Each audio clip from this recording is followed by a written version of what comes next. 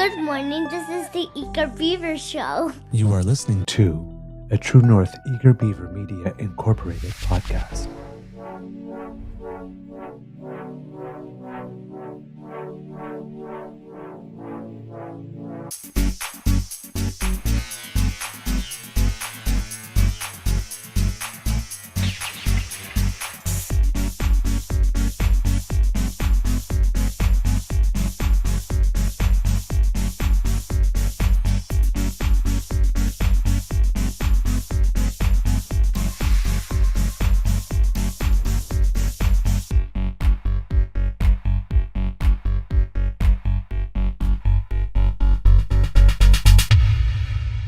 True North Eager Beaver podcasts are proudly brought to you by our founding sponsors, the Miss V Mysteries from Corvid Moon Publishing, your source for science fiction, fantasy, and cozy mysteries featuring a broad diversity of characters. PsychicTarot.ca, book your tarot reading and unlock your spiritual journey. And the Pepper Master, hot pepper sauces made from farm-fresh ingredients to thrill your taste buds and expand your mind.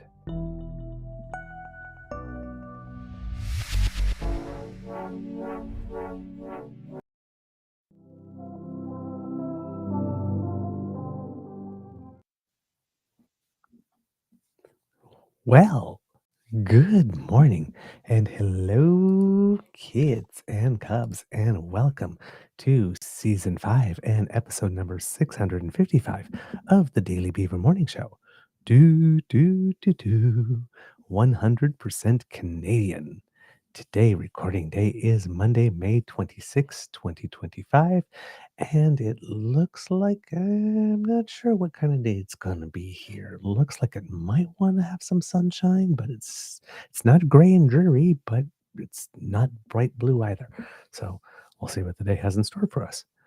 I am your host, the Eager Beaver, pronouns he, him, hey, Mr. Beaver, and with me, as always, is my good friend, Mr. Grizzly, as well as the twins, Mary Kate and Ashley. Say good morning.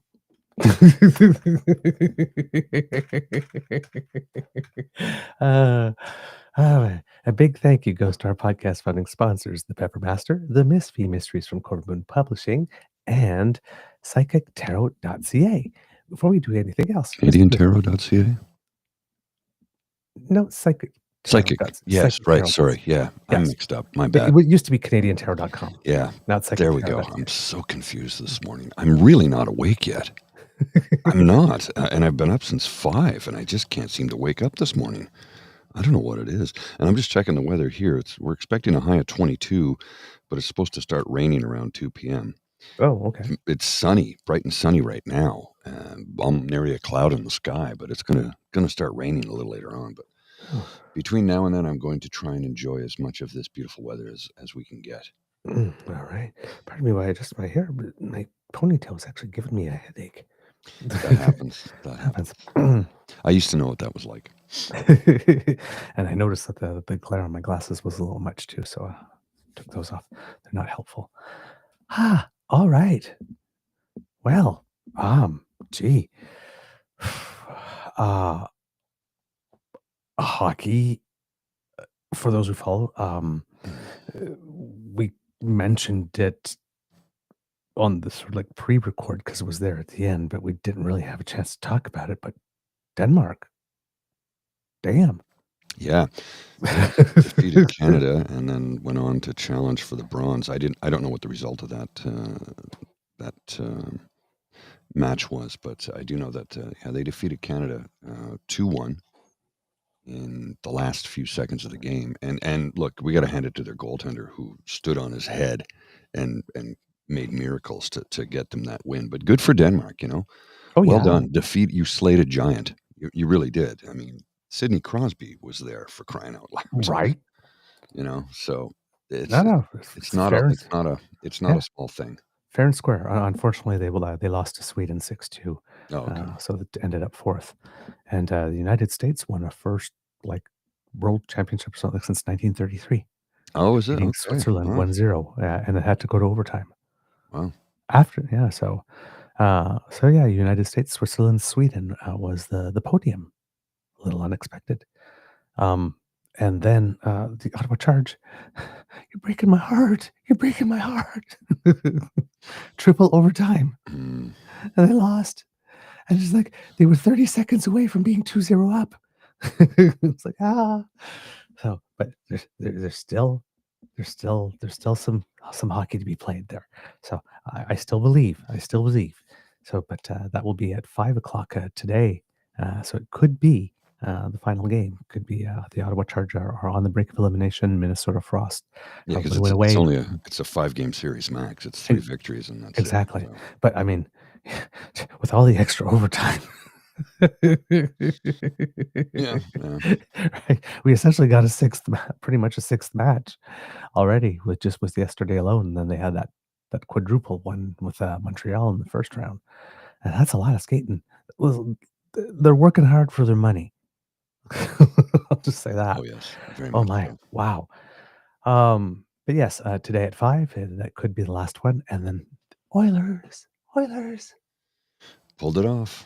They pulled it off, and I mean that's 2 back-to-back games. They won one in Dallas and won one at home, which is pretty awesome if you ask me. And I think they're just going to continue to carry it on because they've shown that they're capable, and that they will. 6-1. Yeah, they're just going to continue to win.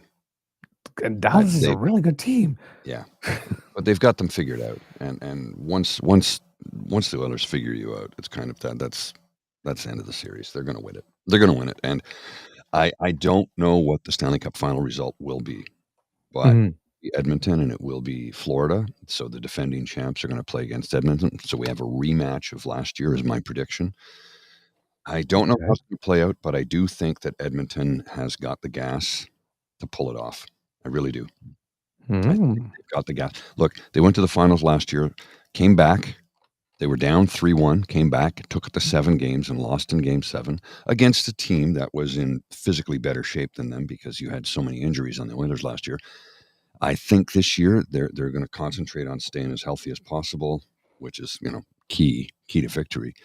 But I also believe that they have the ability to figure Florida out and beat them. They've got Dallas figured out. It's I think that this series could go to 6 at the most. I don't think it's going to go to 7. I really don't. Okay. And it looks like Florida is going to sweep because they're up 3 games to none, and they play tonight, I believe. So they could sweep Carolina tonight. They could. It's not a guarantee. I'd like to see Carolina at least get 1 win. I hate to see any team get swept. Yeah. I really do. I mean, especially at this level. Yeah, you want to see, you want to see a great entertaining game, but I don't like to see anybody get swept, including the Leafs. Yeah. When we play them, I want to see at least 5 games. But they've been very, very convincing wins: 6-2, 5-0, and 5-2. Yeah. Oof. And Skinner was hot last night. Skinner was hot. Yeah. Wow. He really was. He was, and you're right. When he's cold, he's ice cold. When he's hot, forget about it. You're not scoring on him. He's just too good. So. And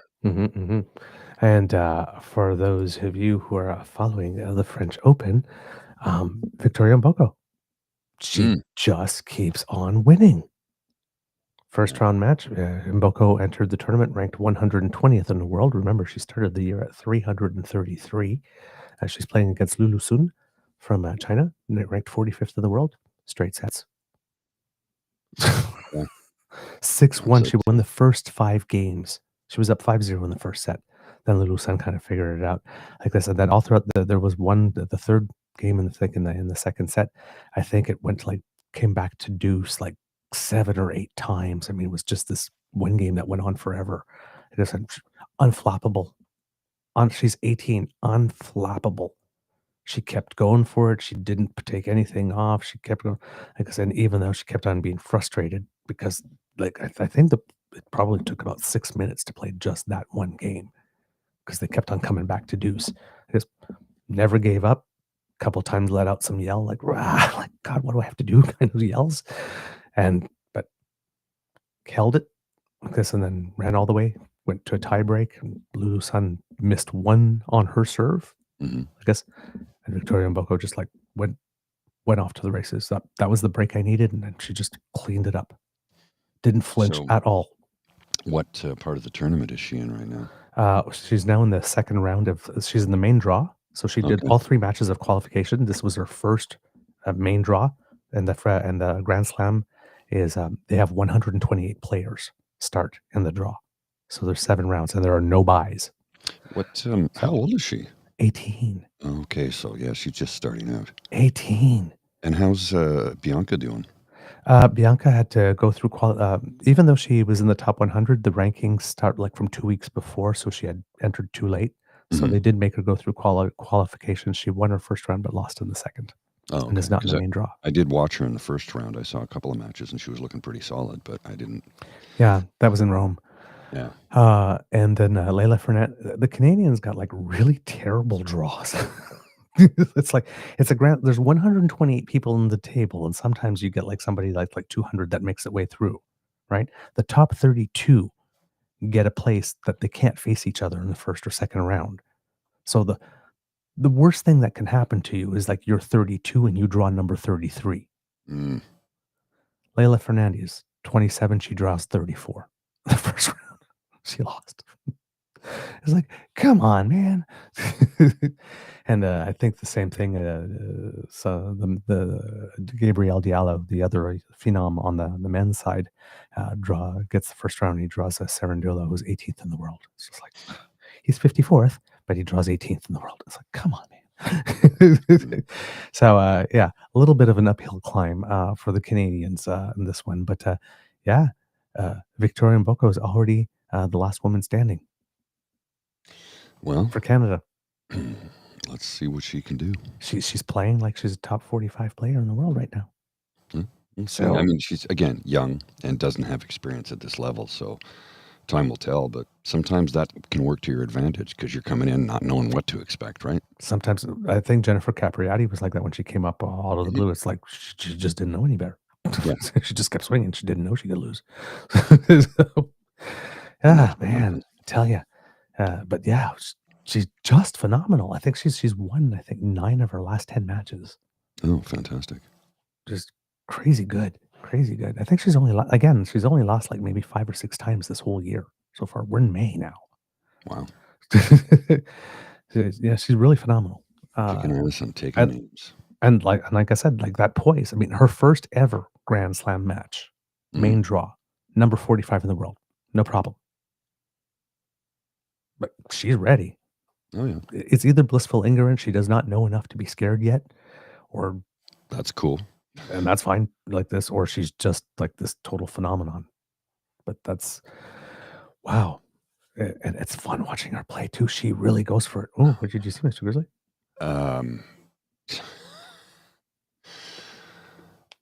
I'm gonna put this on the screen. This is just, oh my goodness. No, not that. He does the same thing every time, every holiday. Memorial Day. Happy Memorial Day to all, including the scum that spent the last 4 years trying to destroy our country. Like, what the hell is wrong with this man? Like, it just we shouldn't be even shocked or surprised anymore. He does it for every freaking holiday. Yeah. Including the or except the, and then makes it about everything except for the holiday. It's like he's a one-trick phony. The one statement here is he tweeted half an hour ago, Happy Memorial Day, and the response to that, the first response was, this dumbass said happy. Imagine dodging the draft 5 times and then wishing people a happy day for the folks who didn't make it back. This is expected from a man who called fallen soldiers losers. Mm-hmm. Yeah, I know. It's just a waste of time. He's just anyway. Back to serious stuff.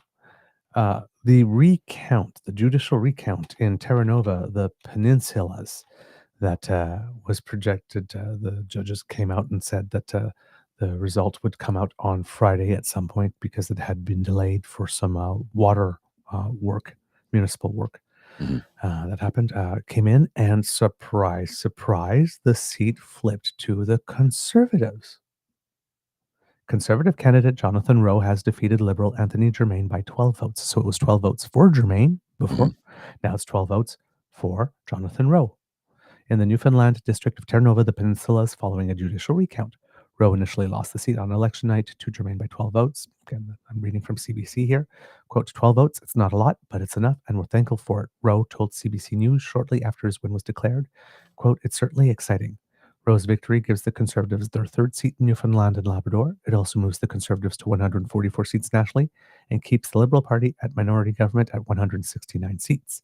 Rowe says he doesn't have time to celebrate the victory with the amount of work he knows he's ahead, and he will be traveling to Ottawa on Saturday, because this was decided on Friday, leaving his career as an engineer to head for Parliament Hill. Quote, we're a little behind, but the focus is still the same. We've got a district that's reliant on natural resources. We've got to make sure that we've got to hold this Liberal government accountable and make sure they're aware of the importance that natural resources has on our industry, and make sure we can get good, powerful paychecks to local people. So the recount started in Marystown on May 12th, nearly 2 weeks ago, and they wanted to see there was about 1,041 ballots, which was an unprecedented number, but that people singled out and said, we want you to look at all of these. So the judge looked at all of those. So that took some time to do because, again, for every ballot you're looking at it, like this, and there are people in the room and you're discussing the ballot. And of course, the main criteria is the voter's intent clear. And then they're all discussing that, like this, getting input to try and determine.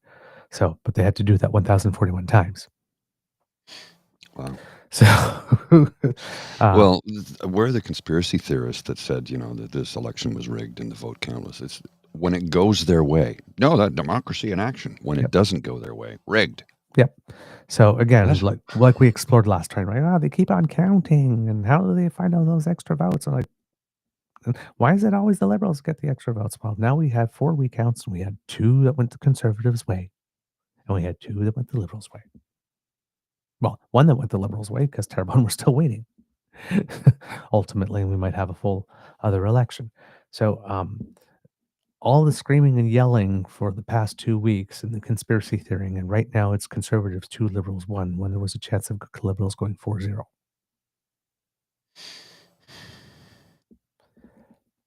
So many trees died for this. Mm-hmm. It's nonsense. All the time nonsense. They're actually out ahead. And they've been whining the whole damn time.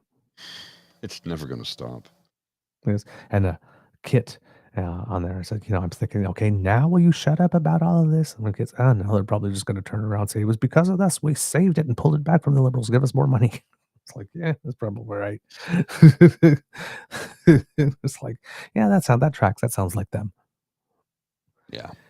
So, yeah. But hey, it's there. So all the other 3 are resolved. They're final. The last one is Terrebonne, and it seems that that's going to trial, brought there by the Bloc Québécois to get a judge to order at the Bloc Québécois request an actual whole new election.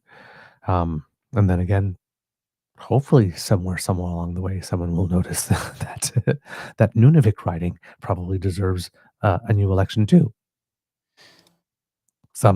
Maybe at some point someone will notice. Maybe. I mean, right? I wouldn't hold my breath on I know. But maybe. And then someone will have to wonder why it is exactly that if we do get that by-election, that why it is exactly that Pierre is not going to run up in Nunavik instead and upend another election that was very conclusive. Yeah. So, sticky times to come.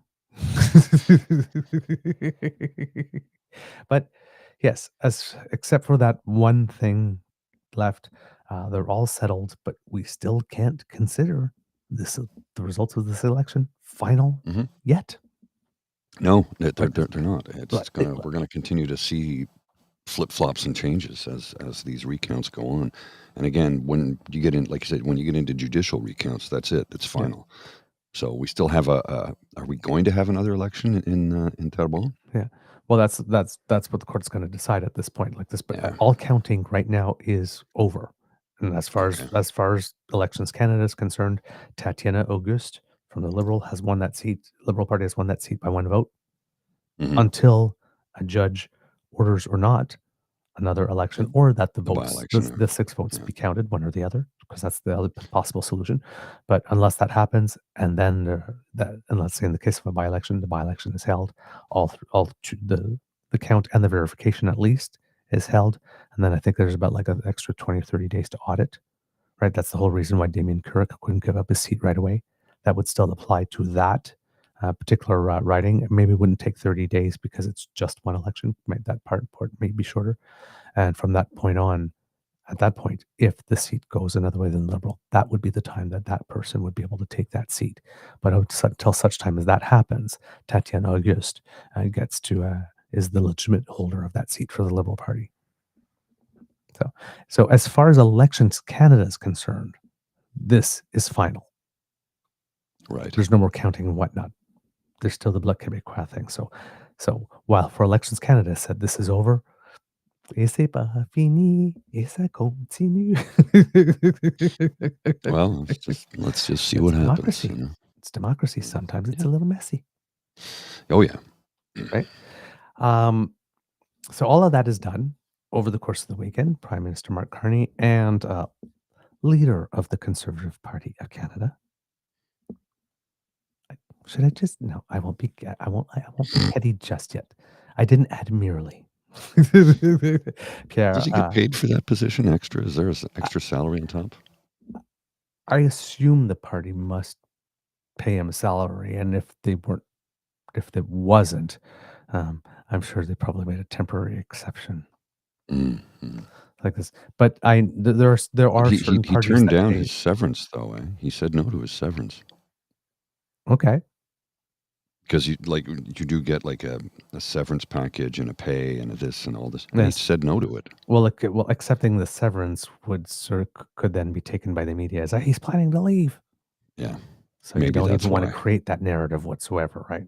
Just stay far away from it. See, it's he doesn't interesting. need the money. See, but I'm glad you mentioned that because see, when it comes to conflict of interest, right? It's not only avoid all conflict of interest, but avoid all semblance of conflict of interest. So that means if the line is here, keep it here, right? Instead of here. Yes. Right? When it comes to is Pierre legitimate MP? Is he still the leader or whatnot? Well, you can get your severance. Yeah, good. But that creates the opportunity for people to think, so I'm just going to keep it here. I'm not going to. So it's funny how he can do it when it's to his own self-preservation in the minds of Canadians as a potential future prime minister, but he can't avoid conflict of interest. It's the same principle. So now we know you can do it. You showed us you're capable. But he has a lifetime compliance agreement with Elections Canada. Funny how that works. You just, as soon as you said that, you made me think of, oh my God, that's the same damn principle.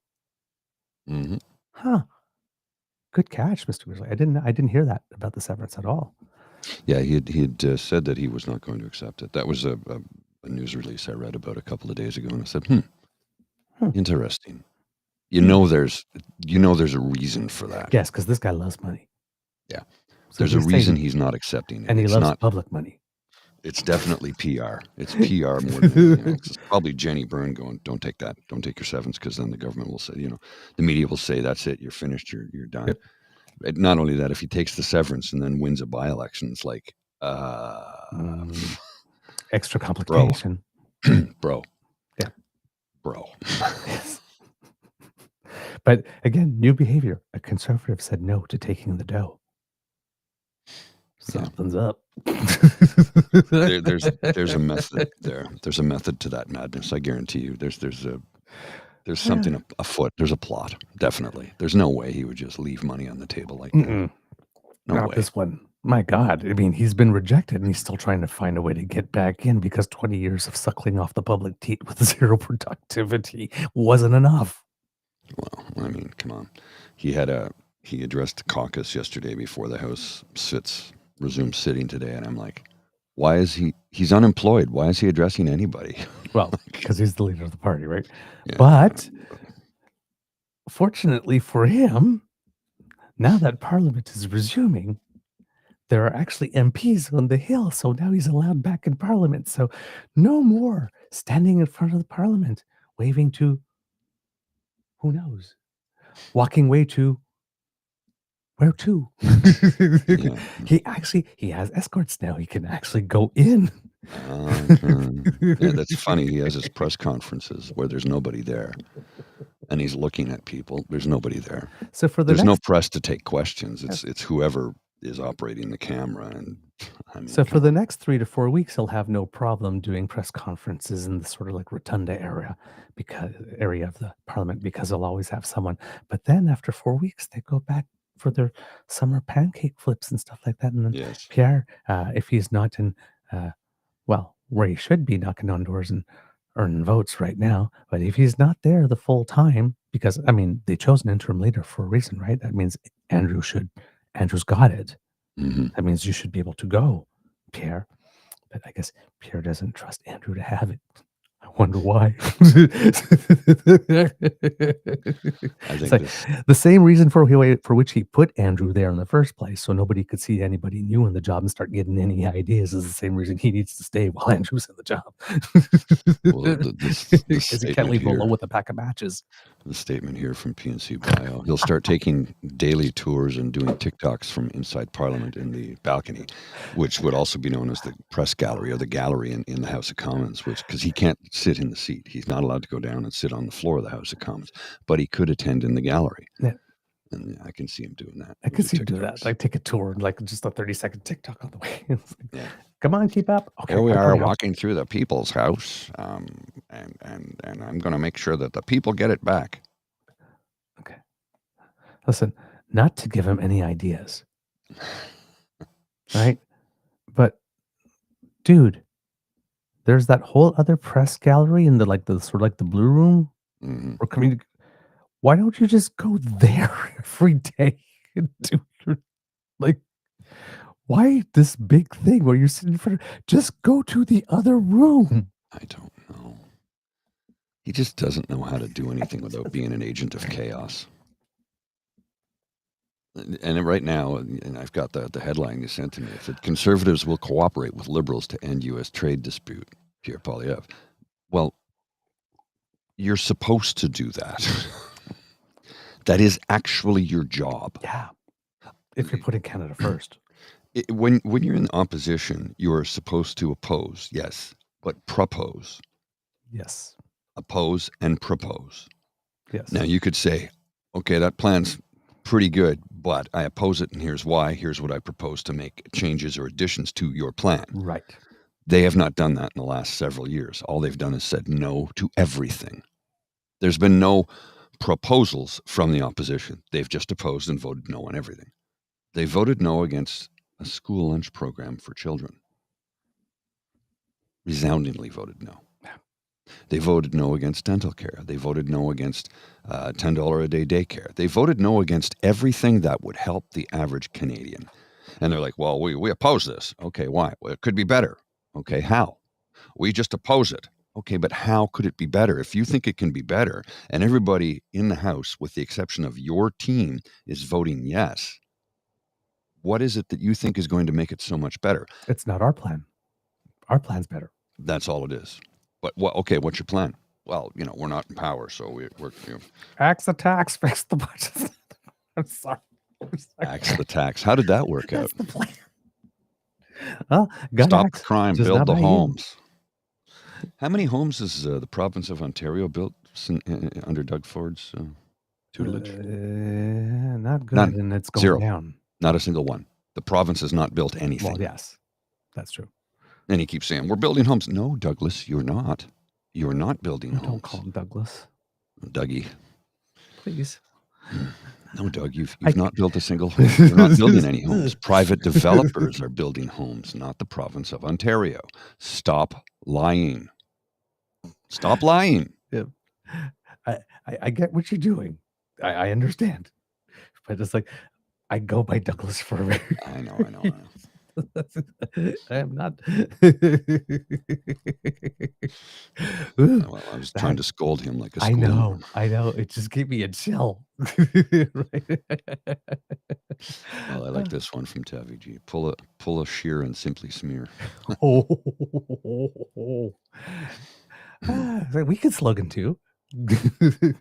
So yeah, Pierre did have that meeting. Indeed, said that they would cooperate, according to Craig Lord of the Canadian Press. He met with his Conservative caucus on Sunday. He had a nearly 15-minute opening address to the party's MPs. That was open to media, of course, and laid out the plans that he had, and said, quote, I've already told the Prime Minister that we are happy to cooperate any way we can to bring about an end to this unnecessary dispute and restore not just our sovereignty, but also tariff-free access to the most successful international trading arrangement in the world. Poilièvre went on to accuse Carney of putting his elbows down when it came to opening up the exemptions for some counter tariffs levied against the United States. Quote, despite the Prime Minister's doublespeak, we will work, as I said, to help him try to get a trade deal to put an end to the tariffs. But we also need to focus on making our own economy more independent and self-reliant so that we're no longer vulnerable to such international surprises. So, I've already told the Prime Minister we're happy to cooperate, but despite his doublespeak and putting his elbows down. Wow. Great start to that relationship, buddy. There's more of that learning and growing and changing. Look at me. Look at me. I'm not changing. Well, this just in. Literally. Accuses the Prime Minister of doublespeak and says, I'm happy to work cooperatively with you. Come on. Fuck. Pull my other leg and it plays Jingle Bells. Come on. Shit. Come on. I'd love to work with you. You're a scumbag. Like, come on. Come have a sit at my table, you jerk. Oh God. He just can't be human. No, he just can't turn it off.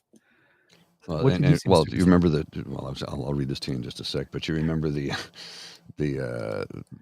image we had of him somewhere, and somebody says, "Oh, and there it is. He just got the word in his earpiece to smile, and he put on that fake robotic smile." Yes.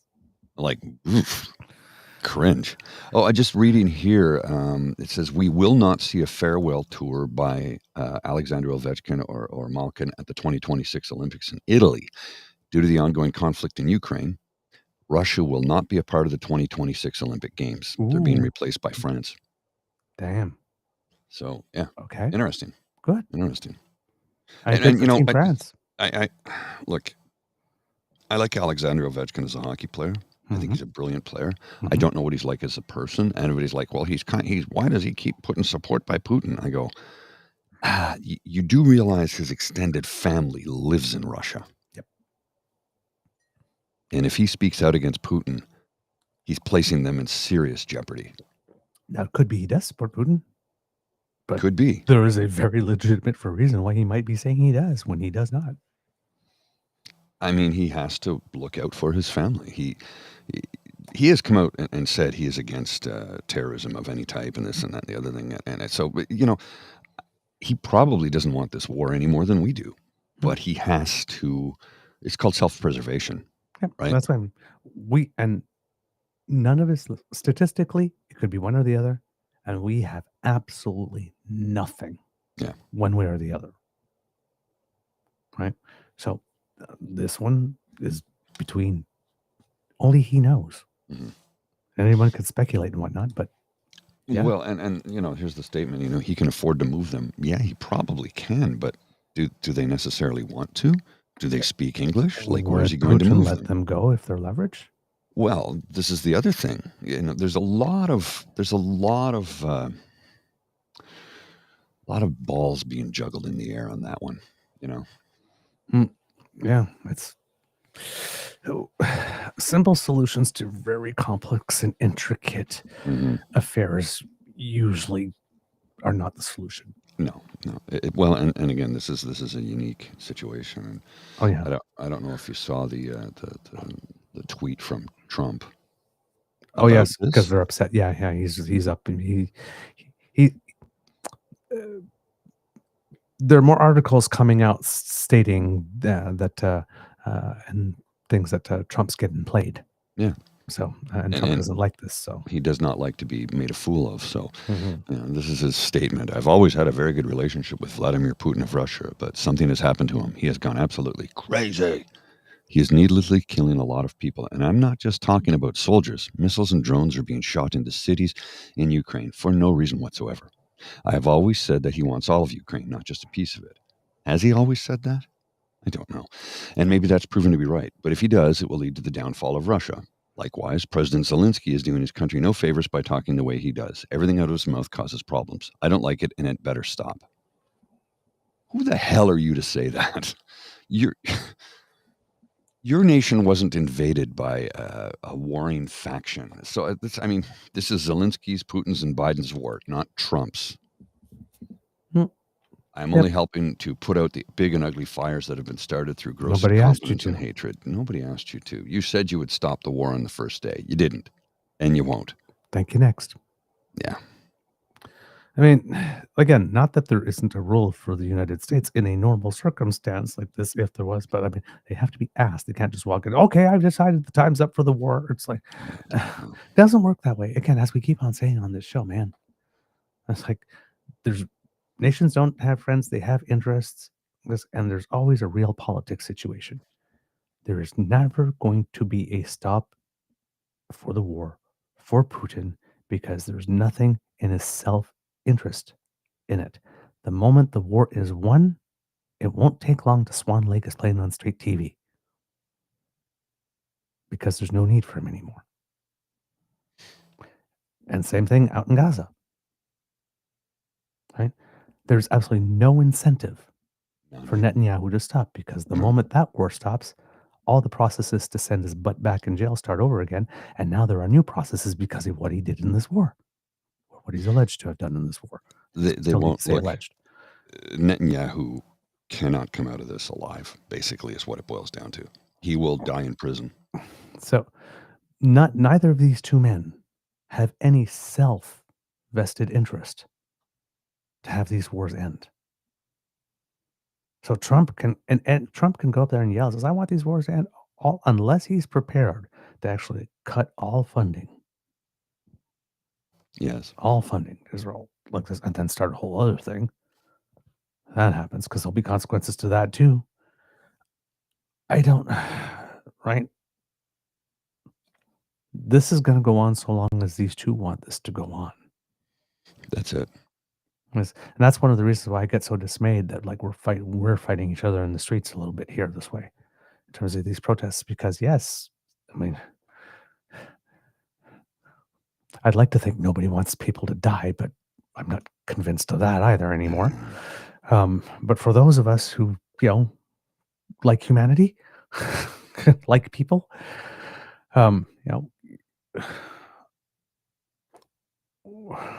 yes, we could protest, but not saying that there's nothing that we can do. I guess we shouldn't do anything. Yes, we should do stuff like this and make our voices heard and whatnot like this. But we also have to have realistic expectations. Because you have two people that are putting themselves above anything. They're ready to burn it all down. United Nations, ICC, ICJ, they don't care. No, they don't. They don't. Sanctions, they don't care. They're like, Putin's pretty much depleting the entire treasury. It's like he's shell gamed everything. There's not much that, according to all the things that we've been talking about, it should hit sometime late this fall. They've been telling us for like 2 years, give this, he's got the reserves and he's got these things, and then he can move some stuff around. He can like maintain a shell game for a while to maintain appearances, but at some point the bottom's going to fall out, and that should be about 2.5 to 3 years. Well, we're at 2.5 to 3 years. So And if he leaves his country like that, there's nobody that's going to be the successor that's going to keep him alive. Because he's hollowed out the country. Yeah. So just the people it hasn't hit the people yet because state TV and everything's controlled and like this, but it's gonna hit at some point, unless China is like secretly funneling lots of money, and Russia's totally a vassal state now. We just don't know it. But I mean, look, even North Korea is getting a bit leg up on standing Yes. like this because now they've helped Russia. Or now they were total pariah. Now they've helped. So now even North Korea is going to start expecting a little, North Korea, Russia, China could be interesting. I don't know how to respond to this question here. Do you agree the Liberals and the Canadian government should stop funding the war? I didn't know they were. I honestly didn't know they were. Are they? I don't know. I don't. If they're funding the war, yeah, they should stop.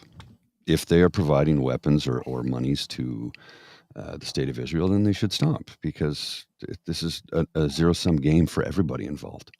Yep. I don't know that they are though. This is the first time hearing of this, so I don't know if there's any truth to that at all. There's sort of like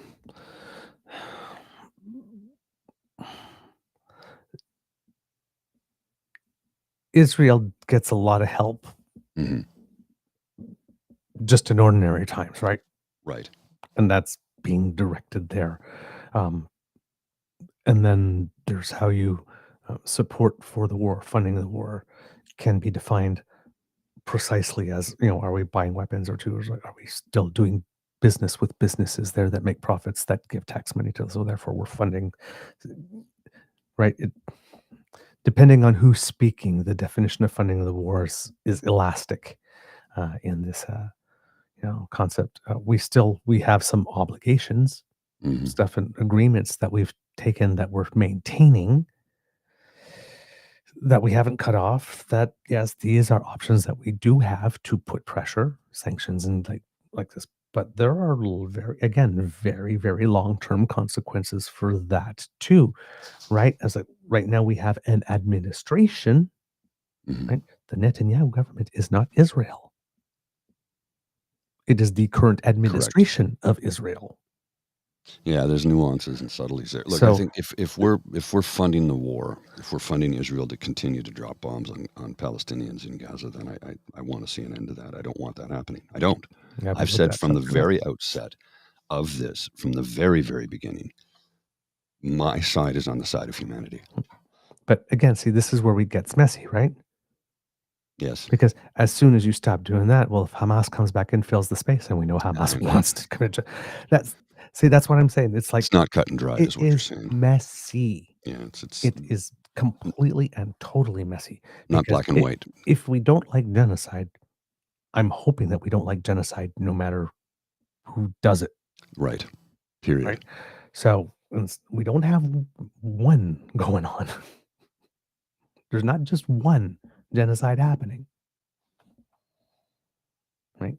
One entity, both entities have vowed to eliminate each other. It just seems to be that one of the sides does believe that there are no rules. Well, both sides actually believe there are no rules to wars. It's just I can't even explain it. Well, look, here, my thing has been from the very beginning, and I'm accused of saying I'm on the side of humanity as copying out. But here's the thing. It's not. I've said from the very beginning, I don't want this war. Does Israel have a right to defend itself? Absolutely. What happened on October 7th was a murderous, bloody campaign against civilians. There's a proportionality to war. There's supposed to be a proportionality to war. And there is none in this one. They responded, okay, and you're still waging war a couple of years later. And potentially starving 2 million people. Yes. It's like, I'm not sure that, hey, you want to see our take on what a Holodomor is like? Hmm. Is a winning move. It doesn't make friends. It doesn't. I mean, Well, I I saw a I woman don't yesterday. know. I At some saw a point, it's woman too much. yesterday protesting and saying what we have to do. And I'm like, what? What we have to do is put an end to their progeny. No. Oh my God. No. No. No. No. No. And No. she was not quite that polite. This is what she said, so that they can't have more children in the future. I'm like, you're asking for a Holocaust? Do you not remember what happened We can't. in World War II? Do you not remember? Like, lady, Ugh. you're wrong. like Yeah. no, Yeah. no, Yeah. no. Yeah. So that's like an. And again, I am far from a historian. Right? I do not know all the complexities. Like far from it. It's like I'm informed, Mhm. and I'm nowhere near informed to have it to even believe I have the beginnings of an informed opinion. Like I said, we're looking at all the historical stuff. Right now, I'm just seeing like two groups that want to eliminate each other, Mhm. yes, and neither of them seeming to have any or seeing that it's probably a good idea not to. And I do not know in a situation like that when people are determined to kill each other, absolutely determined, hell bent, what you can do to stop that. Maybe there are levers. Again, I don't know all the intricacies of government. It's like, yeah, would I like it to stop? Yes. Would I like it to not fund war? Yeah, absolutely. I just, these things are messy for a reason. And it certainly doesn't help. It certainly does not help. Because that when our prime minister does take a moment or find a way, why not, to join with other world leaders and actually make a little statement that seems to, you know, reproach, say, hey, this is too far. This is unacceptable. The prime minister said this is like among a list of things that are unacceptable Mhm. that have been done there. I mean, which is probably the strongest statement so far. Because Well, you know, when you have so-called activists, protesters calling for, I'm going to quote this woman. This is what she said. I'm not going to show you the clip. I'm just going to read the quote, part of it. You need to destroy their offspring to prevent them from creating more offspring. but it doesn't help when you also have the leader of the opposition turn around and said, Hamas thanked Mark Carney for conservatives will always stand for Israel's right to defend itself. It's like Canadians stand for Israel's right to defend itself. That's not what we're arguing here, Mm-hmm. right? The question is how much too much, and is everything and anything allowed? It's it's a mess. Oh, yes. It's a mess. It's a terrible mess. It's, there is no see when people tell me choosing the side of humanity is a cop out, right? If governments did the thing, they just cut all funding to Israel, embargoed doing business with them, whatnot, and did the same to Hamas, Mm-hmm. which is already the case, right? They just did the same. What happens next? Does the killing stop? Who knows? Now we've all pulled ourselves out of the game and we've left them alone in a room together. What happens to the people then? It's it's not, it's just never that simple. It's just never that simple. No. Even if like we all walk, like, yes, eventually they'd run out of resources. Okay, so there's no more bombs. Okay, so now we use bricks. Now there's no more bricks. Now we use sticks. Now there's no more sticks. Now we use. If you want to take each other out, you'll find a way. It'll just become more and more low tech. It's a zero-sum game. It's so choosing, if you choose the side of humanity and if you tell both of them, we're not funding either of you to doing that, have you not chosen the side of humanity? I would think so. If you only tell one side to stop, you've picked a side. But if your position is that we need to stop funding the war, both sides, isn't that the same as choosing humanity? Like, to me, I don't see the difference. So that's why I say choosing humanity is not a cop-out. I just rather choose them before we get to the point that there's only 2 or 3 standing left to save. For me, the issue I've had from the very beginning has been all of the innocents caught in the crossfire of this. They're just trying to live their lives, man. And making sure that we make the distinction between administrations and the people. Dan. I like French fried. French fried potatoes. I like them with mustard. Yep. Well, I'll tell you what. It's again, we are some of the least qualified people. It's one of the reasons why I tried to talk about this subject as little as possible in certain ways. We're like not when qualified. There's big news and whatnot, because I don't know, man. Look, and that's a fair statement. Neither one of us are really qualified to just talk seems about that this at any length. The only space that one can occupy with any dignity is the side of humanity, and even when you do that, you get told that side's a cop-out. So like, there's no way to talk about this in a way that's not going to make someone call you out as a sellout or a cop-out. Even choosing the side of humanity gets you called out. What took place on October 7th was horrific. It was terrible. It's sad. It was a tragedy. It was an act of extreme prejudice. And innocent people were killed. It was a horror. It was horrible. It was an outright horror.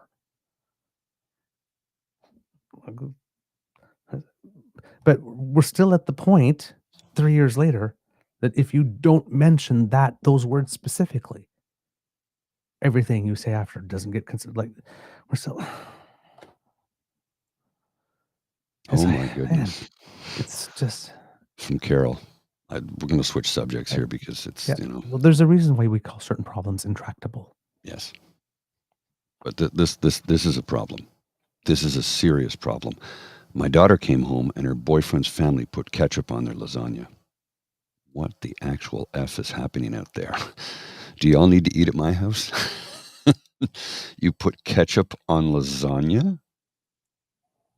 Isn't that a punishable crime in Italy? What did that lasagna Straight to jail. do to you? Straight to jail. Why would you do that to the world's most perfect food? Straight to jail. I'm like, oh, Nona, I'm so sorry you had to witness that or hear about that at all. That's ooh. Damn. No. Do not do that. That is not your next food challenge. Where are the armed men who come in to take the protesters away? Where are they? This kind of behavior is never tolerated in Boracua. You shout like that, they put you in jail right away. No trial, no nothing. Oh. Journalists, we have a special jail for journalists. You're stealing, right to jail. You're playing music too loud, right to jail, right away. You're driving too fast, jail. Slow, jail. You're charging too high prices for sweaters, glasses. you right to jail. You undercook fish, believe it or not, jail. You overcook chicken, also jail. Overcook. You make an appointment with the dentist and you don't show up, believe it or not, jail, right away. We have the best patients in the world. Because of Because jail. of jail. You Ketchup on undercook lasagna? fish. Ketchup on Jail. lasagna? Jail. Ketchup on lasagna? Jail. Straight to jail. Do not pass go. Wow. Yeah. Oh, no. That's a sin. Yeah. This That's a sin. that's Do like not do that.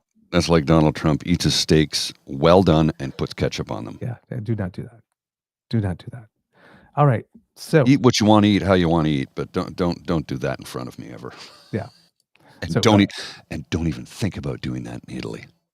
Yeah. People will lose their shit. So back to the conservative little caucus thing. Mm. Quebec conservative MP Gérard Deltel, that guy we told you about, Mhm. that said, "Hey, I could help." That they said, "No, you just shut up and keep quiet." All of a sudden, he's allowed to talk again because they lost. So I guess they're trying something different.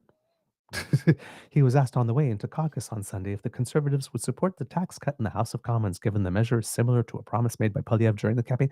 Well, not really now anymore. Now, is it? Based on that costing. Right? Because when Pierre announced it, his was going to be, well, apparently he announced it as 15%, which was really 2.25%, which was really 1.125% in the first year. But when the costing came up, it was almost non-existent. So all of a sudden, Mark Carney had the bigger tax cut. His was bigger than yours, PP. Mine's bigger. All of a sudden.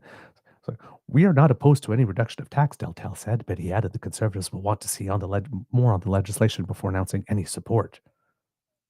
We're not opposed to any reduction of tax, Deltel said. Well, yeah, you are, because you removed it from your platform in year one, pretty much. You were kind of opposed to it when you put out your custom platform. Just saying. Oh,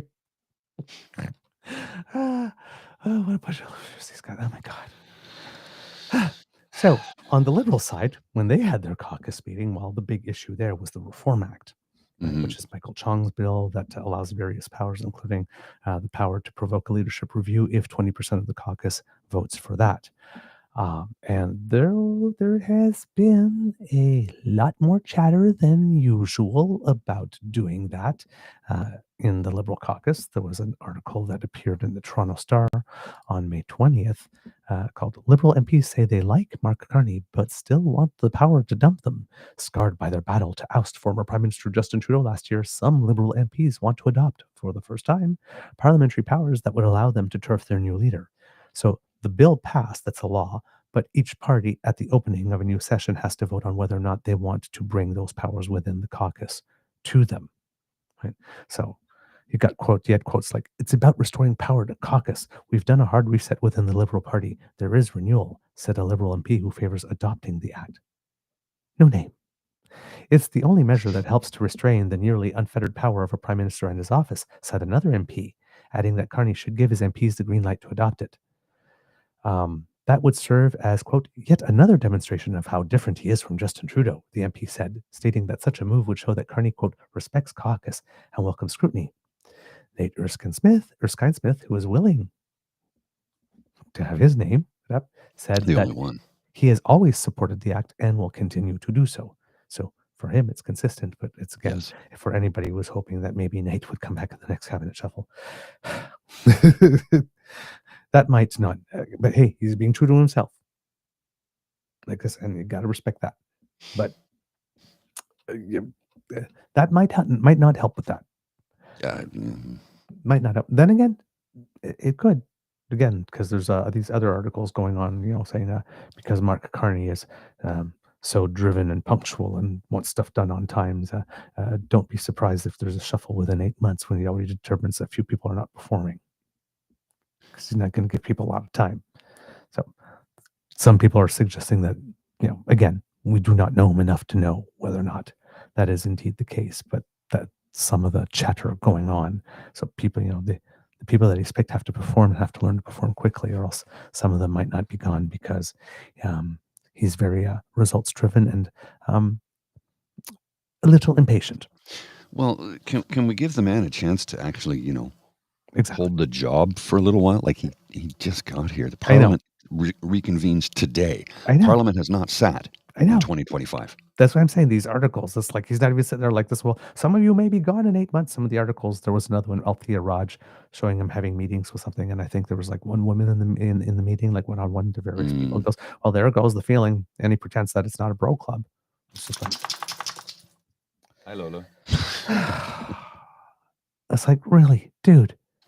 It's like, let something happen before we start taking him down. Yeah, I mean, come on. The man hasn't had a chance to do anything good or bad yet. And actually, let me rephrase. He's actually done quite a bit considering he's not even assumed the position yet. He's not sat down yet. Come here. Yeah. Come here. So, yeah. So that was the kind of talk that was going on. But, hey, the whole thing happened. They had their caucus meeting, and it is a secret ballot, so we do not know what the vote was. But the results of we don't know who voted how, I should say. But the result is that ultimately the Liberal MPs voted against adopting the formal process to eject their leader. So even though there was more chatter than usual, ultimately the majority of caucus voted down the motion to adopt the rules set out under the decade-old Reform Act. Let's see, who's talking? Liberal caucus chair James Maloney refused to say something more about the vote or the secret deliberations, insisting that all should remain private. Quote, the Reform Act was voted down. What happens in caucus stays in caucus, and you're going to hear me say that today and tomorrow and every day going forward. The internal debate was prompted by Liberal MPs who were frustrated former leader Justin Trudeau was able to remain at the helm despite numerous calls from within caucus to step aside. Adopting the Reform Act rules would have given Liberal MPs a roadmap for such situations. That's how the Conservatives ousted Erin O'Toole from the leadership after the Conservatives lost the 2021 election, because the Conservatives have always voted to bring those powers in regardless. So just as it would have been the case that if the Liberals voted to bring it in this time would not have necessarily meant that they're trying to get rid of Mark Carney, the fact that the Conservatives voted in again this time does not necessarily mean that they plan to get rid of Poilièvre. Well, with the MP, Ryan Turnbull said he planned to support adopting the rules because, quote, it's important to have caucus accountability in every party. But Sault Ste. Marie Algoma MP Terry Sheehan said he doesn't see the need for the new rules, which his party has never adopted. So, yep. And then he said, but you can read his quote if you want. It's important. Oh, I'm sorry. No, right below. I've come in with a preset mind that I will not be supporting the Reform Act because we don't need to. Our caucus is strong. Behind those doors right there, that's our caucus, and we can let our hair down anytime and have a frank and open discussions. Interesting take. I'm not opposed to this idea, to be honest with you. Yeah, neither am I. I'm not opposed to it. I think it seems to make sense to me that, if the caucus loses support or faith or whatever have you, they should be a way to recall the leader. Yep. And they don't have that mechanism right now. So, well, I mean, they have the mechanism, but I think it has to be a much bigger caucus vote, right? That's the thing. This one is 20% of members being frustrated can prompt a leadership vote. Right. Because I mean, I don't think that there's a reform. Well, I don't think that I'm not sure there was a Reform Act at the time that the Conservatives in Alberta got rid of Alison Redford. Right, Thomas Mulcair, there was no Reform Act like this. Just his leadership review came, and the NDP dumped him. Right? So you don't necessarily need one, because there are powers within the Westminster party system to depose your leader if you want to. It's just a much higher bar. This one is the bar is still the same. I guess you have to have a caucus vote, and it has to be a majority caucus vote. But I guess in the normal one, you would have to have a majority vote from caucus to actually prompt the vote in the first place. So if the majority voted for it, odds are that the leader is going to go, right? Just the fact that they vote to have the vote would be the sign, okay, it's inevitable, I got to go. Here, only 20% of the caucus can provoke that vote under this rule. So it is then possible that you have a disgruntled group that wants someone to go, but the majority caucus does still want the leader to stay. So in this case, having it does it make it easier to have some accountability, but also makes it easier to have some public media spats possibility of not keeping the dirty laundry in the family a lot sooner or easier, because all you need is for 20% to be frustrated rather than more than 50%. Because usually if you don't have more than 50%, sometimes even if there's any chatter, it's all off the record, people that do not want to be identified for the most part at that point. And a lot of people talk like this, but the vote never happens because they don't want to risk their career if they don't know for sure. Right? So there's lots of talking and negotiating and dealing behind the room. So behind the scenes, they're all talking to each other. And if they're counting the votes and they don't feel they have the votes, well, why would they start to agitate? Yes. But in this one, if 20% enough are agitated, then you can make that an option. Then once you get people starting to think about it, well, maybe you can convince a few more. Mark Carney talked a little bit before or during the meeting, and he said because there was a portion of it that was open to the public as well, and he said that from dealing with a chaotic White House to building up the economy, quote, "Our government has been elected to do nothing less than define a new economic and security relationship with the United States. Canadians also want their life to become more affordable. They want their communities safer. We will deliver these mandates with urgency and determination. We are going to get going from minute one." And again, if you're listening to that quote, you see that Mark Carney is taking the reason for which he was elected and the reason he suspects a lot of people voted Conservative, affordability and safer communities, put them together, said, this is what we're going to do. So this is a plan, if he's able to execute it, that come next election, whenever it would be, that the Liberals would maintain the vote that they have now, because Trump would still be there, especially if it's an early vote. We don't do the full 4 years. And maybe we'll have drawn 3, 4, 5% from the Conservatives by doing some affordability stuff and some action on crime that some people have been asking for. It's a clever strategy. See if it works. I have a very loud doggy who needs to go, so I'm going to have to cut out a little bit early today because she, when she whines like this, it's because she needs to go to the toilet. So I will take my lovely doggo out for a walk because she desperately needs to relieve herself. So thanks for joining today, folks. I'm far from 100% because I'm still a little tired and groggy, but that, it's better to show up than not show up at all, right? So until tomorrow, and I endeavor to do an ASMR this evening. I endeavor to. Hopefully my head will be in a good space to do it. So if you want to join at 9 o'clock, you'll see a link on my YouTube channel if I'm up to it. And if not, I apologize in advance that if I'm not capable, I'm simply not going to be able to. But between now and then, you have yourselves. All right. Thank you, my friend. Saw some comments as well, because there's been some talk about that, Parliament working throughout the summer to get stuff like this, and Parliament should. Let's live in the world that is, the world of is, rather than the world of should, because Parliament doesn't do that. It's like we've seen a pattern, particularly from the Conservatives, who again are vowing we're going to work all summer, we're going to work all throughout Christmas. They say this almost every time, and then find a way to get through everything on the order paper 2 or 3 days earlier than was planned, and then vote to end the session early. So if there's anybody out there hearing ReRun Poilièvre saying, we'll walk our summer, don't believe it. He said this many times before. He never follows through. Heck, on the night of his big vote-a-thon, he himself skipped Parliament. He had all his MPs and whatnot stay and do the work while he went off to a fundraiser.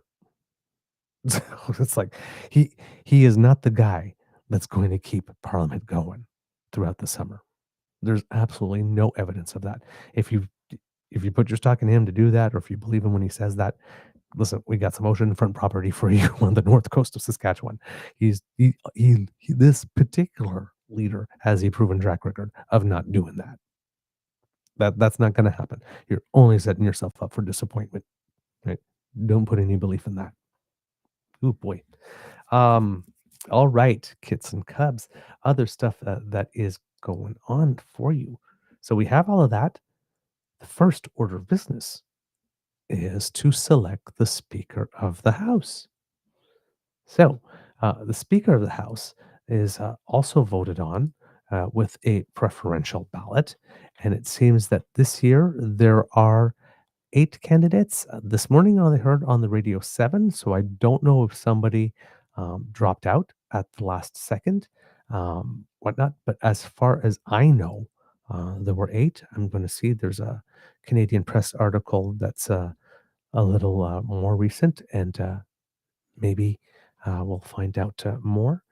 But okay, the names that I have on the list are 6 Liberals and 2 Conservatives: Sean Casey, Chris D'Entremont, Greg Fergus, Alexandra Mendez, John Nader, Rob Oliphant, Sherry Romanato, Francis Scarpalagia. I've heard of all of these except for John Nader. I believe Chris D'Entremont was, there is the speaker, and then there are some alternates because the speaker can't always be there. So Chris D'Entremont is one of those. Greg Fergus, who was the speaker last time, put his hat back in the ring. Alexandra Mendez was one of the people when it was coming time to talk about getting rid of Justin Trudeau, was publicly saying that he should go, but saying that this is what my constituents are telling me at the door, rather than pushing it hard for, let's say, herself. I think near the end, though, she started being more vocal that also she thought it was the case too, not just her constituents, but made a bit of a name for herself during that period. Rob Oliphant, veteran MP. Sherry Romanato, heard about her a little bit. She did some committee work that was pretty decent, and we talked about it on the show a little bit. And Francis Scarpalagia, again, a well-known name for those of us who follow politics. I think he's been in politics in many different levels, if I'm not mistaken. I'm just going to take a quick look there, because I think he is not sure if he's newly elected to the House of Commons this time around. Yeah.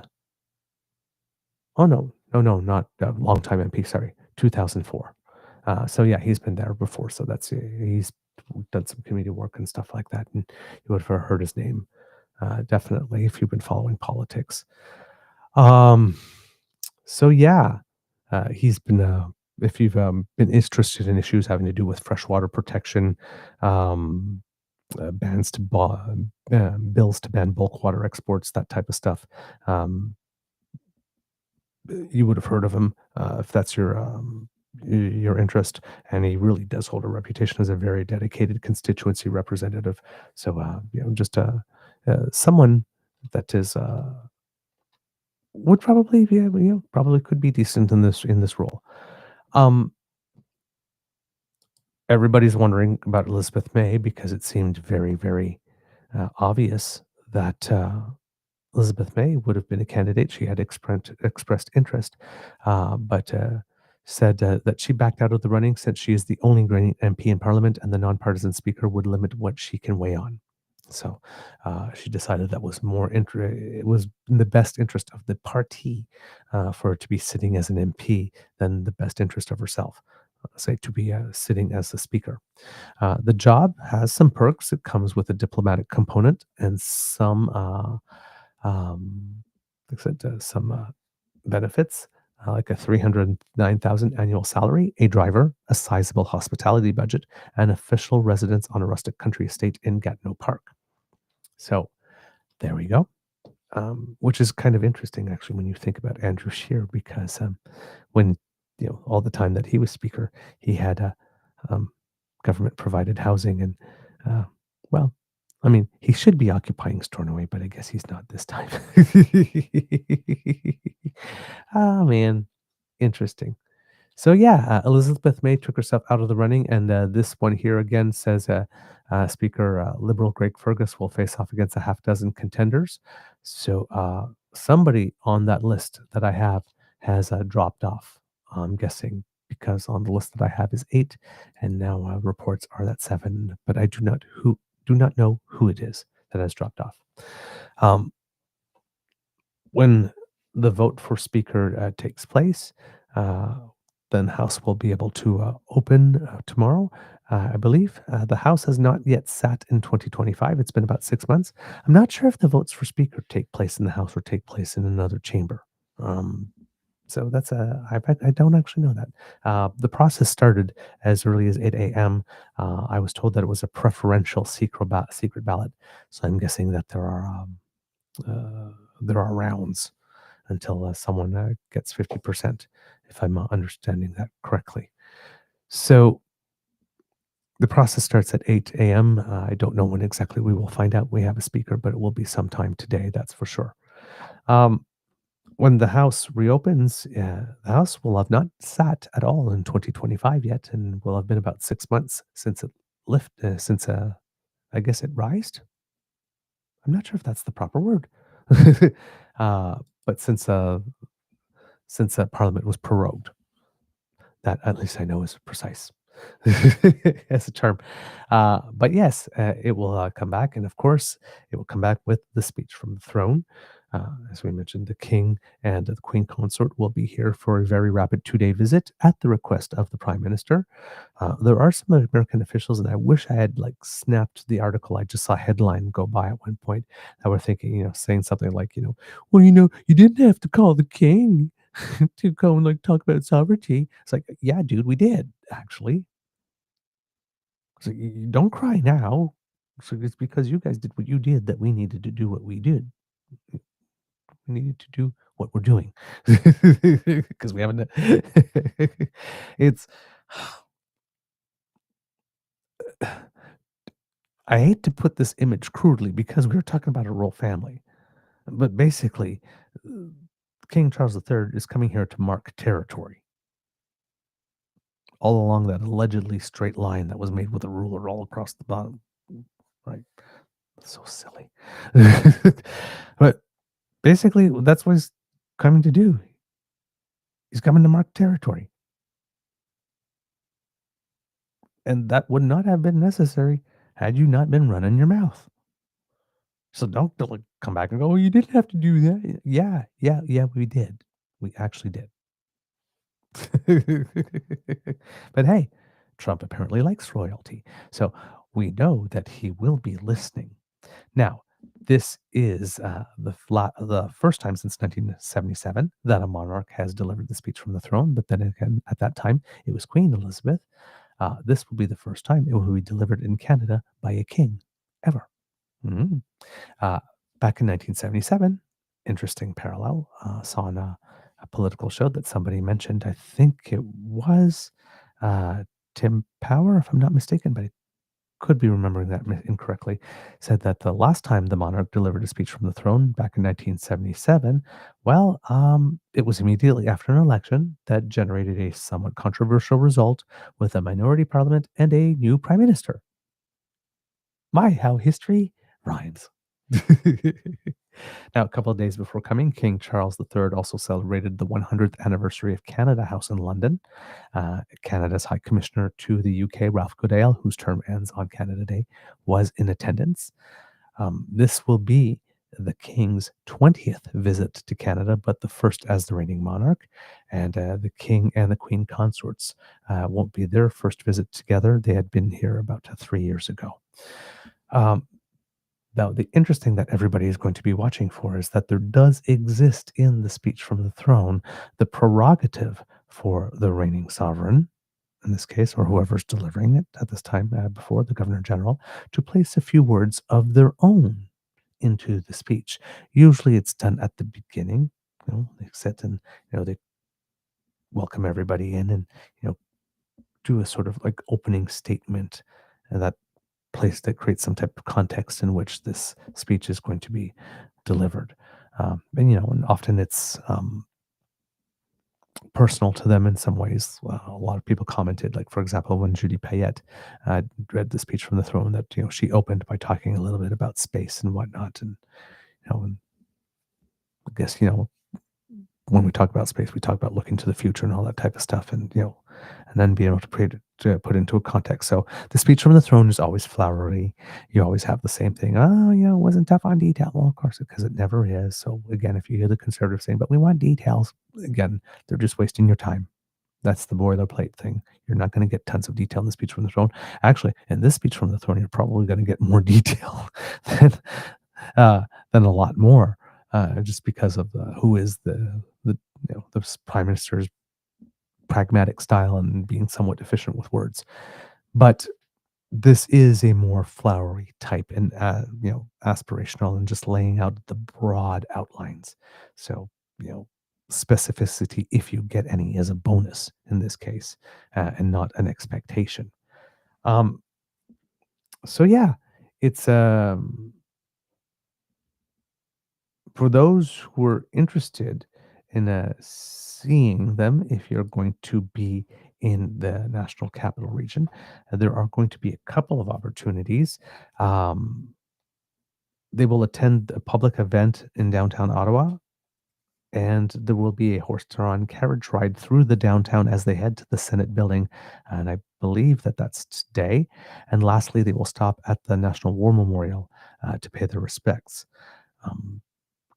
Gerard Giroir, who's with Canada's Privy Council, has said they want to meet people, they want to have conversations, and people should go out and they should enjoy.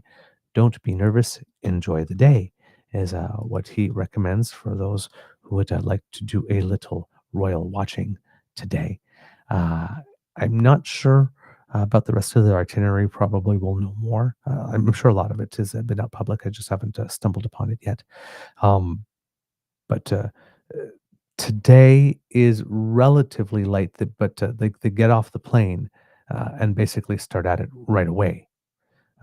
So there's a private area at the Ottawa airport for the dignitaries, whatnot, to arrive, where they go through their own customs in their own way, like this, and it's safe and it's secure, and then they're basically whisked right down for that public appearance, then the horse-drawn carriage ride, then the paying the respects, and for maybe that part of it will all be done by like 4:30 or 5 o'clock Eastern time today, and the rest of the evening will be that we know of, at least.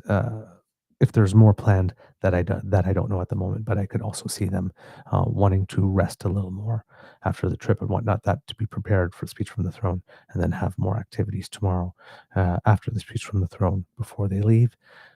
King Charles seems to care. Well, we know that he has a track record of very much caring for the environment, so it wouldn't be surprising if there was something related to that he manages to fit in, either into the speech or into his activities.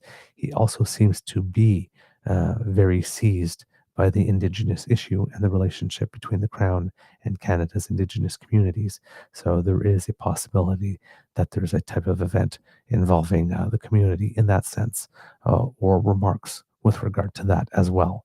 And I assume that there will be some type of very, very subtle remark. It's not going to be a slap across the face, but it's going to make it very clear that this is my turf. So maybe some comments about the strength of the Commonwealth or something like that. That will be a subtle hands off. This is my turf. So, like I said, we'll see what there is, but it should be an interesting day for those who like that. There's always a little bit of pomp and pageantry and ceremony, and it's not something that we tend to have a lot of in Canada naturally. So I know, like, there's a bread and circuses element to it. Absolutely. No doubt. No doubt whatsoever. Right. But then again, like I said, it's one of the very few times that we get to have a little bit of that.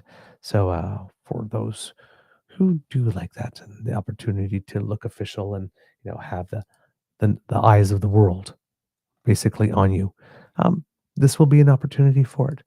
Stephen McKinnon, who is the House leader in Parliament for the House leader for the Liberals, was on Power and Politics the other day, and had a few things to say about that. Hold on, I'm sorry. Something's in my way what I need to click on, and I can't see what I'm doing. There we go. So talking about the visit coming, he said, and the speech from the throne and all of that, Rosemary Barton asked if it was important that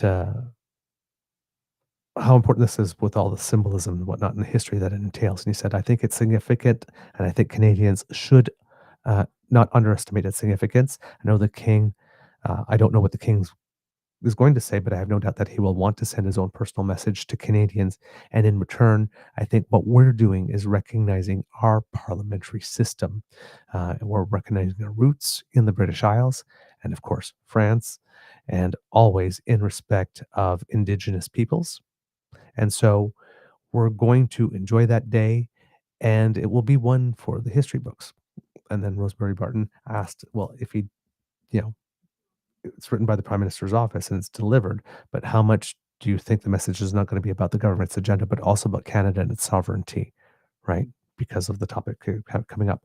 And he says, the speech of the throne does not need to, I love this, McKinnon says, the speech of the throne does not to be, sorry, pardon me.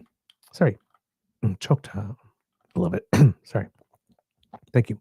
I said, well, the government doesn't need a throne speech to be unambiguous about that. And we will continue to be unambiguous about Canada's sovereignty. Canada's destiny will be chosen by Canadians through Canadian institutions like the great institution that is the Parliament of Canada.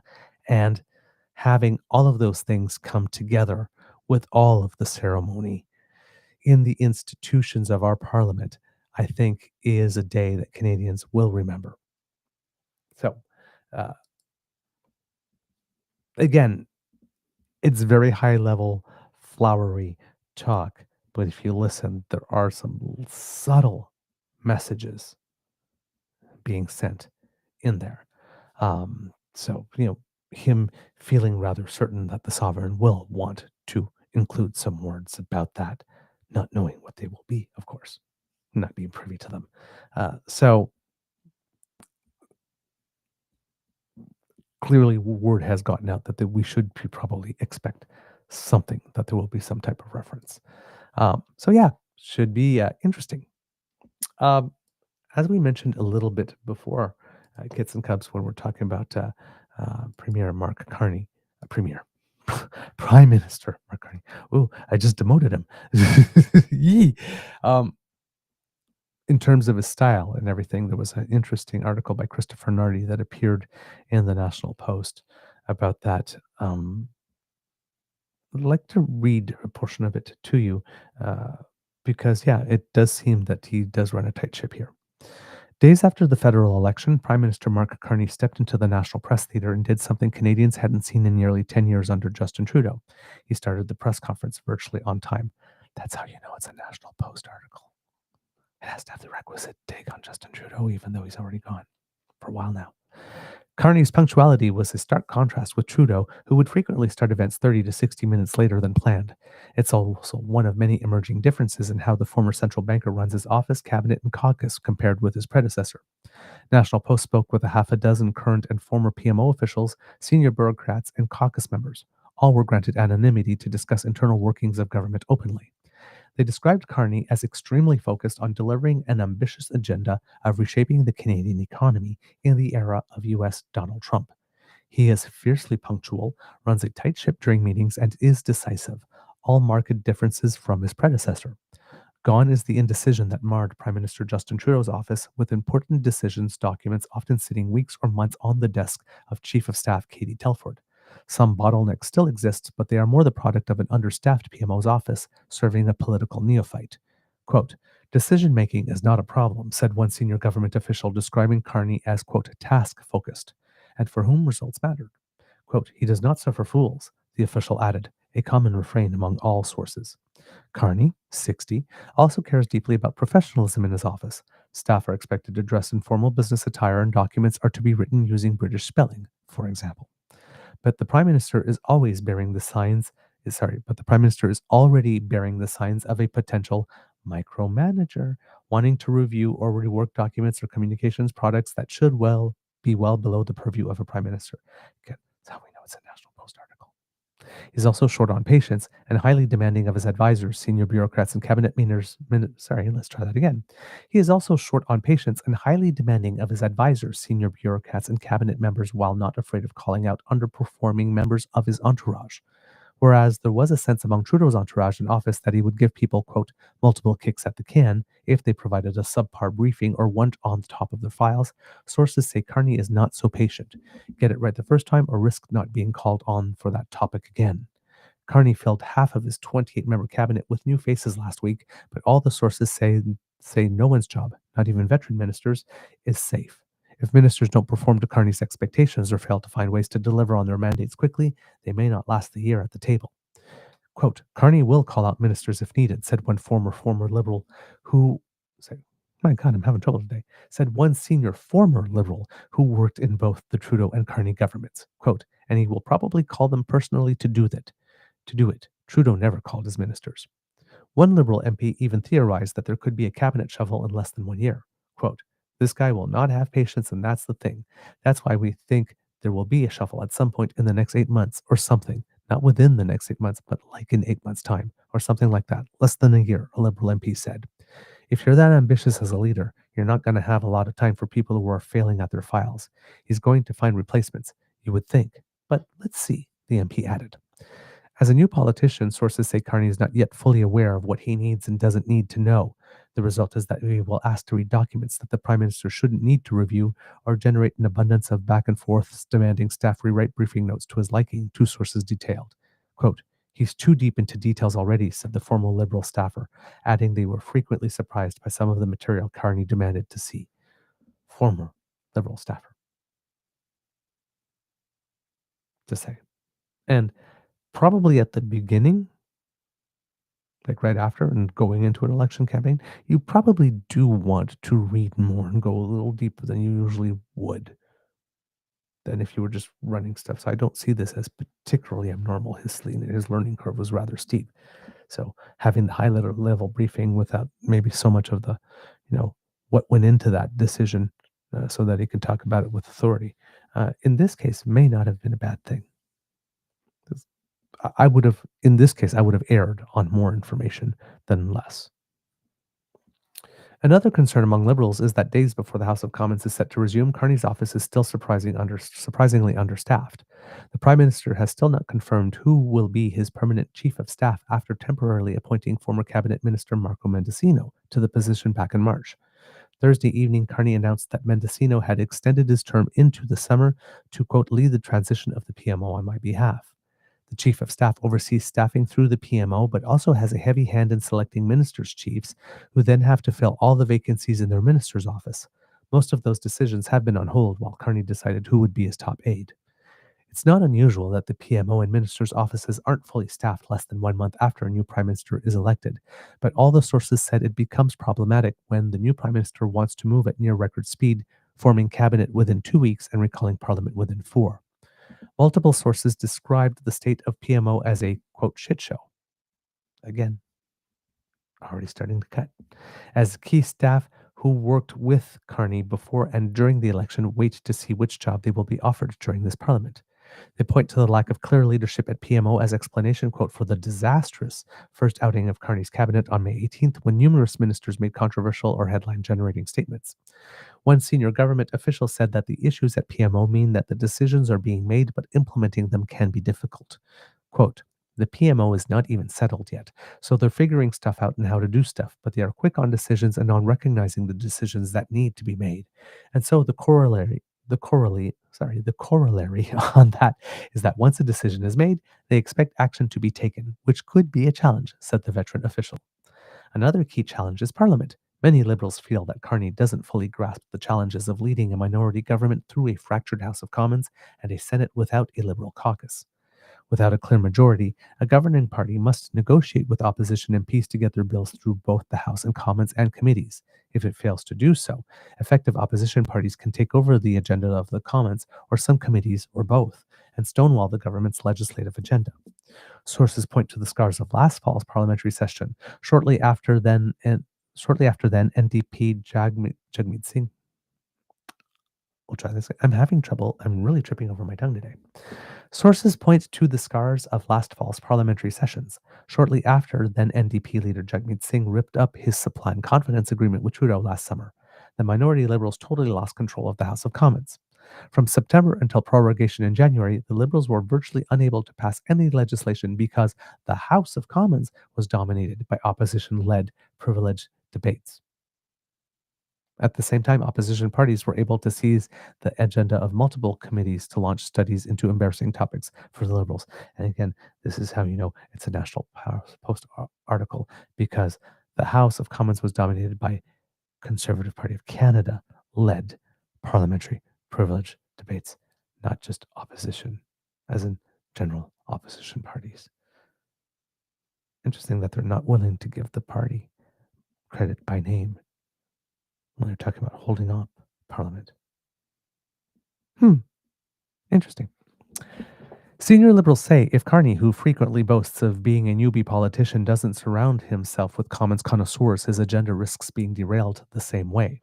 They say that recent comments by Carney suggest to him that he doesn't fully grasp the challenge at hand, and his party sits 2 seats shy of a majority in the House of Commons. I think it's 3 now, but at the time of writing. Quote, "We received more votes than anyone else in any election," Carney told reporters last week when asked if he expects to govern like he heads a majority government. Quote, "We're governing for all Canadians, all regions, with a strong and clear mandate that came out of the election, and that's how we will govern." So, yes, this is, as we mentioned, Christopher Nardi, with help from files by Catherine Lévesque, to give proper credit to the journalists here on this one. But yes, as you can see, bold, effective style, doesn't suffer fools, very results focused. Could, yes, the downside of that could lead to some micromanagement, that type of stuff. Again, not sure if that's necessarily a pattern. There doesn't seem to be, in all the profiles that we're reading before the election when they were talking about him, the effective manager and the not suffering fools lightly and come prepared. That was kind of known. There was no talk of that particular negative aspect about him being a micromanager. So, like I said, that's what makes me believe that it might have just been a case of context, just coming in and wanting to, devour as much information, especially if he's a man who likes to be prepared and likes to know his files and expects you to come to the meeting too and knows if you're not. I'm guessing that this is a person that has an ability to consume a good amount of information in a relative short period of time and have a rather significant ease with to synthesize this information and then being able to reformulate it in a way that fits his particular vocabulary and delivery style and management style and that type of stuff. So wouldn't be surprised. And those skills don't surprise me from somebody who's like very high functioning, very high powered, very successful corporate executive and very, very senior public servant. That part doesn't surprise me at all. You kind of have to have those skills. So, yeah, I can see. And he was a former public servant. So, he understands the value of sometimes having to go down and dig deeper than just the top level briefing note. So, like I said, the micromanagement stuff we'll see eventually over time whether or not that is the thing. But there doesn't that seems to be a new comment in terms of profiles that I've read from him. So again, that's what leads me to think that in this case it might be situational rather than a specific character trait, or at least something that indicates a different character trait, not that of being micromanaging, but want to make sure that he is well prepared to take the questions, especially when he's entering a new arena. That would be my take at the moment. But that's something that only time can tell. We're going to see over the course of a year, the times that he has good days and the time he has bad days. And over the second year, we're going to find out which one of these things that happens when he has a bad day are actually patterns. Like, is he actually impatient? Does he actually get short? Or are they just like blips? Because everybody has a bad day or an off day, right? So we talked about conservatives and we talked about liberals a lot. Still got to talk a little bit about the NDP here. Oh my, the sun is coming in a very interesting way. I'm very, very red. Wow. I'll see if I can fix that light a little bit there. No, not at all. Okay. Wow, I'm so sorry, kids. That's the sun is literally right in the corner of the window, shining really right down on my face. So that's why you're getting this weird light effect that looks like I'm broadcasting from the shadows right now. I just caught a glimpse of myself because right now I was reading from notes. I was like, "Ooh, the sun has moved." It's actually a groovy effect, but it's not the one I'm going for. But hey, that's okay. That's what being live is like. All right, kids and cubs, talking about the NDP a little bit here. Um, as we mentioned, there was a little bit of controversy going in within the party with regard to the manner in which um, the interim leader was chosen. It seems that there are certain members that are not very happy. Now, there's only 7 members of the NDP. So, right, you'd think it wouldn't be that difficult to organize a vote to choose who the interim leader would be.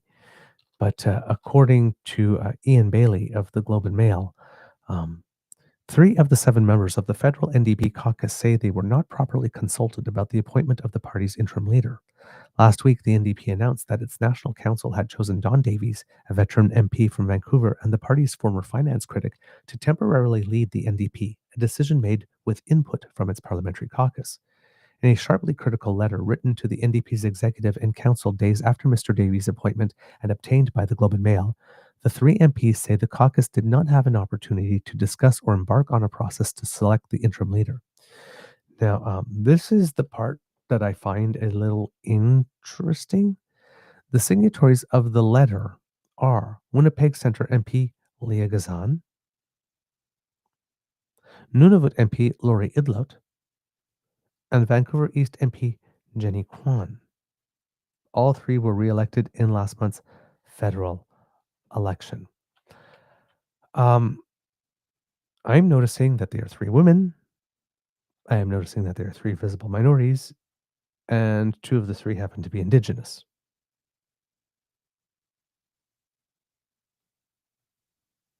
I'm not sure if there's a reason these 3 people particularly, if this is related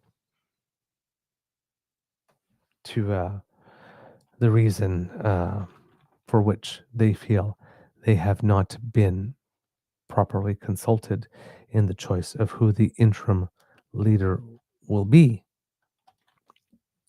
But I found it very, very odd when I saw the picture appear on the screen and who were the 3 that had a problem with that, and that they had seemed to have something in common. The other kids and cubs, and I'm going to put this up on screen for you, just so we have it. These are the 7 members of the NDP.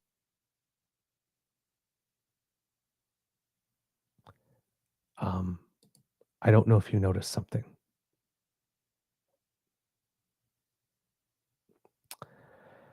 The 3 that do not seem to have been consulted satisfactorily are the only 3 of the 7 who are not Caucasian. Again, have nothing to go on to say that this might be an issue, but the 4 people who seem to be happy with the decision are distinctly different from the 3 who do not.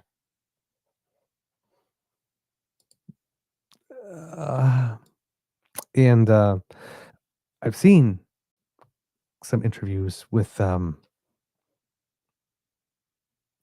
McPherson, and when asked about this, said, well, there was a process and the process was followed and just seemed to move on and didn't seem to be particularly concerned that there were 3 people in the party that were not happy with it. And there doesn't seem to be any concern with wanting to try to find a way to make that right, from what I can tell. So, yeah, a little disturbing. Quote, it is clear to us that the path the party and the majority of caucus have chosen to take going forward mimics the practices that have led to the worst electoral outcome for the NDP in decades. They wrote in the May 10th letter. That's the three that felt left out. In last month's vote, the NDP was reduced from 24 seats to 7. The parties were showing in its 64-year history. The NDP lost the parliamentary resources that come with official party status, which requires 12 seats. Party leader Jagmeet Singh, who lost his Vancouver area seat, announced on election night that he would resign as leader once the party had picked an interim replacement. In the letter, the MPs say efforts to have a discussion on who the interim leader should be were rebuffed by the other 4 members of caucus, along with attempts to have the party clearly provide a timeline and process in the selection of the interim leader. Quote, this includes failing to have MPs declare their interest to seek the interim leader position at caucus, an opportunity for them to share their vision about how they would lead caucus and the process we would adhere to in the rebuilding of our party, they wrote.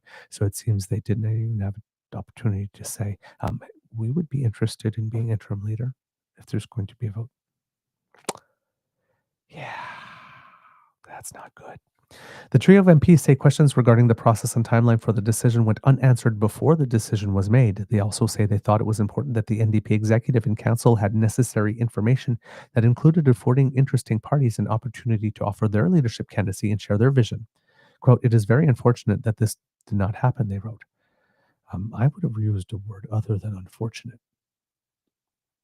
They're being very diplomatic here.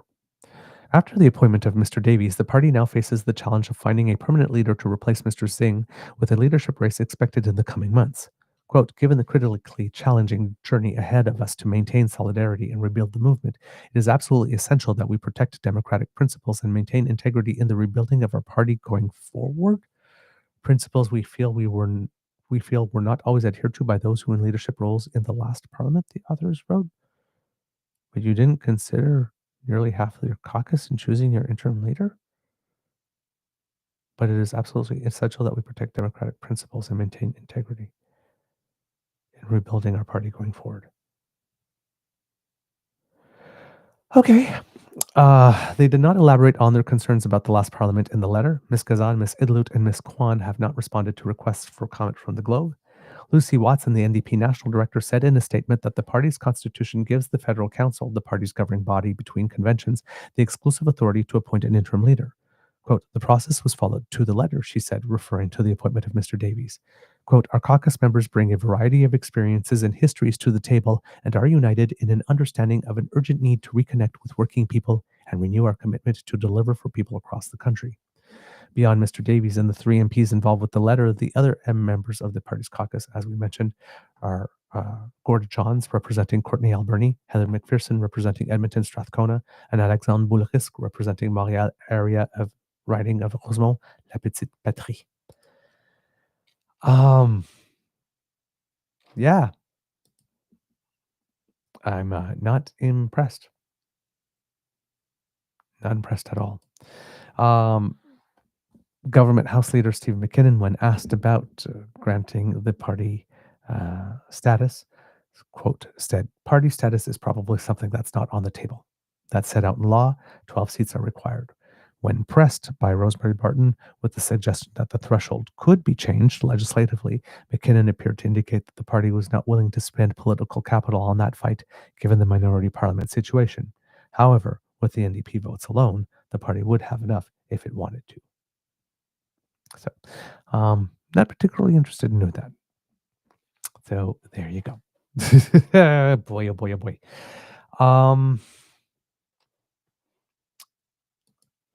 Other tiny little thing. Hopefully, I can find it for you in time. But it would seem that somebody noticed that Andrew Scheer, who is the interim leader of the Conservative Party of Canada, got himself a bit of a makeover. Another Jenny Byrne makeover. And it's kind of interesting because Andrew's Jenny Byrne makeover for becoming interim leader very, very, very similarly looks like the one that was given to Pierre Poilièvre which is kind of interesting. But if you look here, kits and cubs, you can see that we have both of these gentlemen, and you will realize that with Pierre, of course, they made him take off the glasses in his makeover. With Andrew, they had them put them on. But you will notice that it seems to be exactly the same blazer, and it seems to be the black t-shirt. So I'm not sure if that's the uniform going on. But again, if we're talking about change, at t.resident, recommended follow. Breaking, Andrew Shear picks up Pierre Poilièvre's dry cleaning.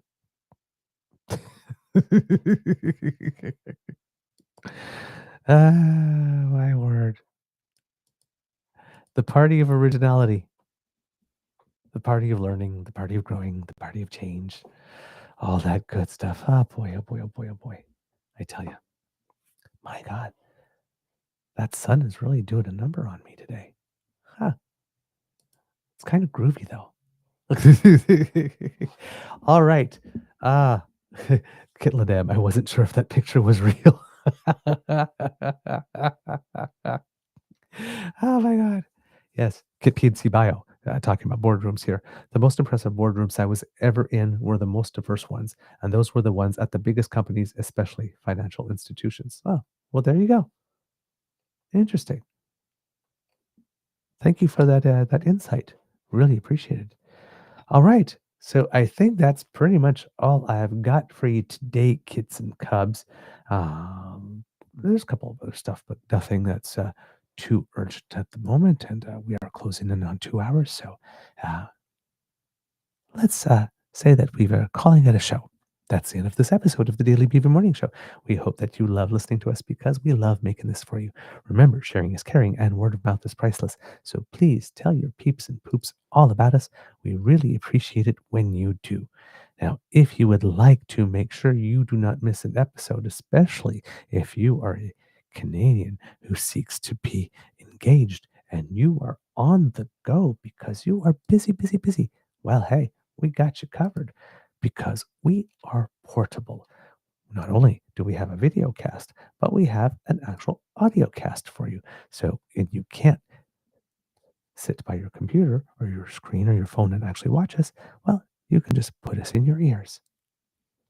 Scan that QR code made possible by the Ray Girl, and that will bring you to our pod page, podpage.com/the truenortheagerbeaver with a hyphen between each one of those words. And when you click subscribe there, when we have something fresh off the bandwidth, comes right to you. Yes, and it won't be affected by the Canada Post strike, which we hope does not happen. But it looks like it is. Darn.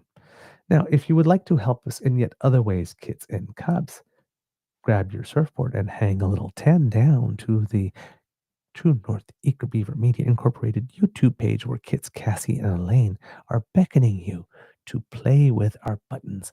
Like, share, and subscribe. And remember, if you're watching live, if you smash now, you don't have to remember to do it before you leave. So come and smash with us.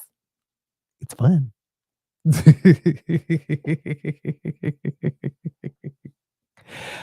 Thank you so much for your support. And if you would like to help us in other ways, kits and cubs, well, hey, have we got a deal for you? A contribution, an enthusiastic expression of your support sent to our coffee page, ko-fi.com/eagerbeaver, all in one word, lowercase letters.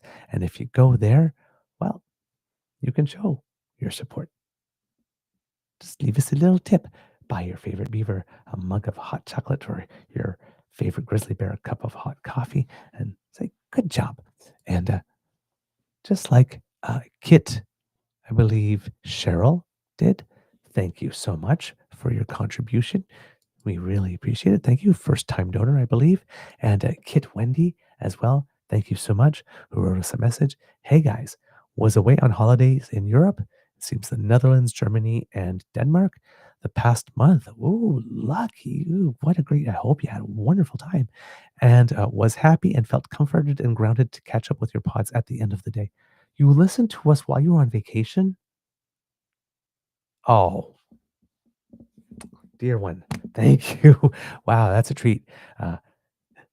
Thank you, said with a heart. Appreciate you sending love and good vibes. Hang in there, Grizzly. Hope the employment prospects work out. Cheers, gents, with a couple of beers. So thank you, Kit, Wendy. How nice. How nice of you.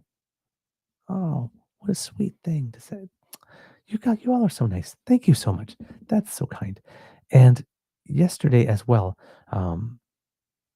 a couple of kids, not yesterday, but over the course of the weekend. I know on Friday's show, and over the course of the weekend, some kids were in contact with me about our last two shows with some compliments with regard to particularly the interview we did with Mr. Gray and our interview style and interview questions and whatnot. And Kit Lori, Sue, thank you for that wonderful, beautiful compliment. I cherish it very much. It's that one touched me. I do put a lot of work into my preparation and trying to being able to ask some questions that are relevant and that are worthy of our guests and the knowledge of our guests, and try to go above just the fluff. And I try to leave room as much as possible for our guests to shine, and that you noticed it, and that it's something that resonated with you. Does mean a lot to me. It's one of the most beautiful compliments I have received personally since we started this, and I do cherish it. It meant the world to me. So thank you so very much. I am, yeah. Yeah, I'm just, thank you. That's, I don't have anything else, but I was extremely touched.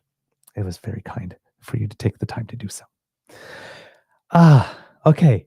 Enough with the mush. I'm a bit of a softie, you know that. Kids and Cubs. See, I even forgot where I am in the show. I'm still blushing. Because democracy is something that you do. Yes, there we go. Quebec Liberal leadership race.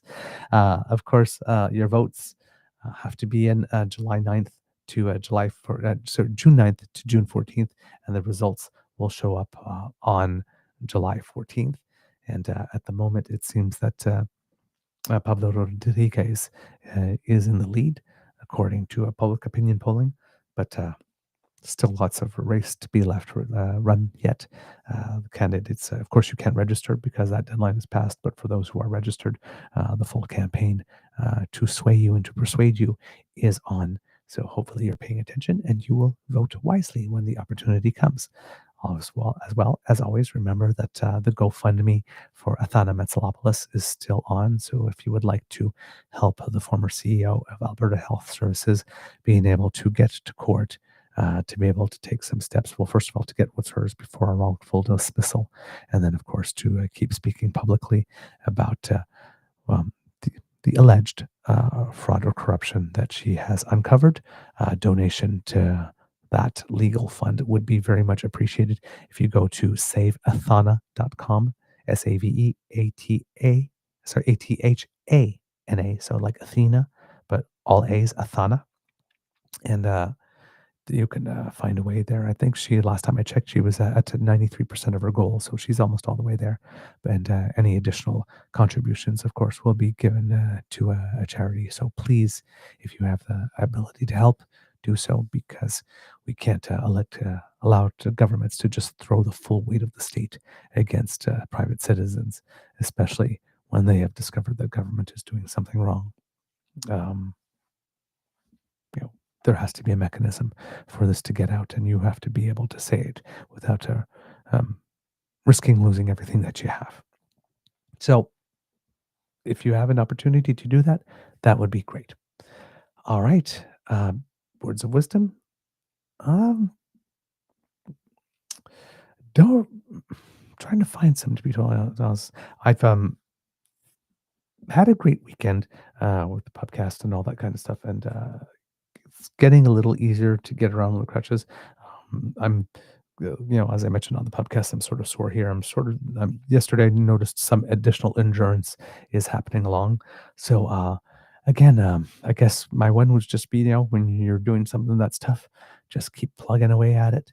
Um, and eventually, hopefully, it gets easier.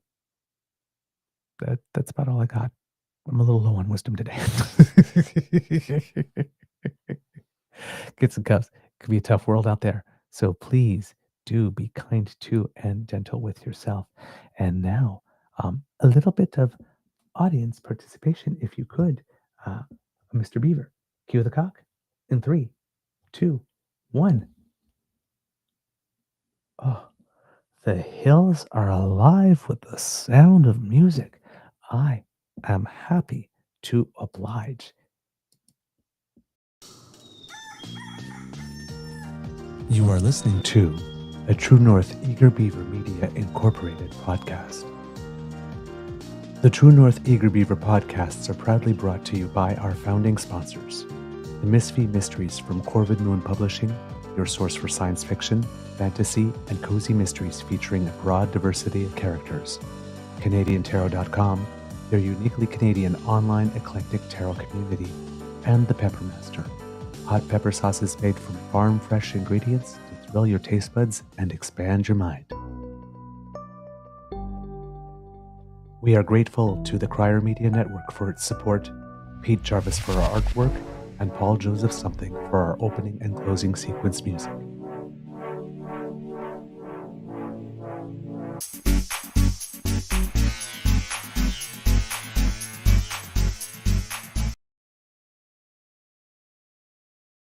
All right, kids and cubs, a little bit of Canadians who make us proud. In Czechia, there was a mountain bike race, World Cup race, in which, hey, geez, Team Canada actually swept the entire podium, gold, silver, and bronze, kids and cubs. Absolutely phenomenal result for Team Canada there. Gold in that race was won by, I will get that for you. Whoops, computer's going a little wacky. There we go. The gold medal, it's a women's under 33 XCC race. Ava Holmgren, Isabella Holmgren won silver, and Ella McPhee won bronze. So a full sweep in that race. Congratulations to the Canadian athletes there. In wheelchair athletics, Brent Lakatos took the first place in the T53 800-meter race at the WPA Grand Prix in Knotville with a strong finish of 1:32.49. It was a composed and powerful performance on the track. Of course, we talked to you about Victoria Mboko.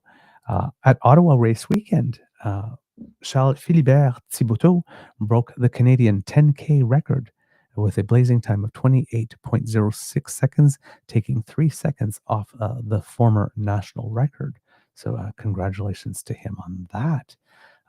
In para kayaking, Brianna Hennessy won the KL1 200-meter bronze medal event at the Paracanoe World Cup event in Poznan, Poland.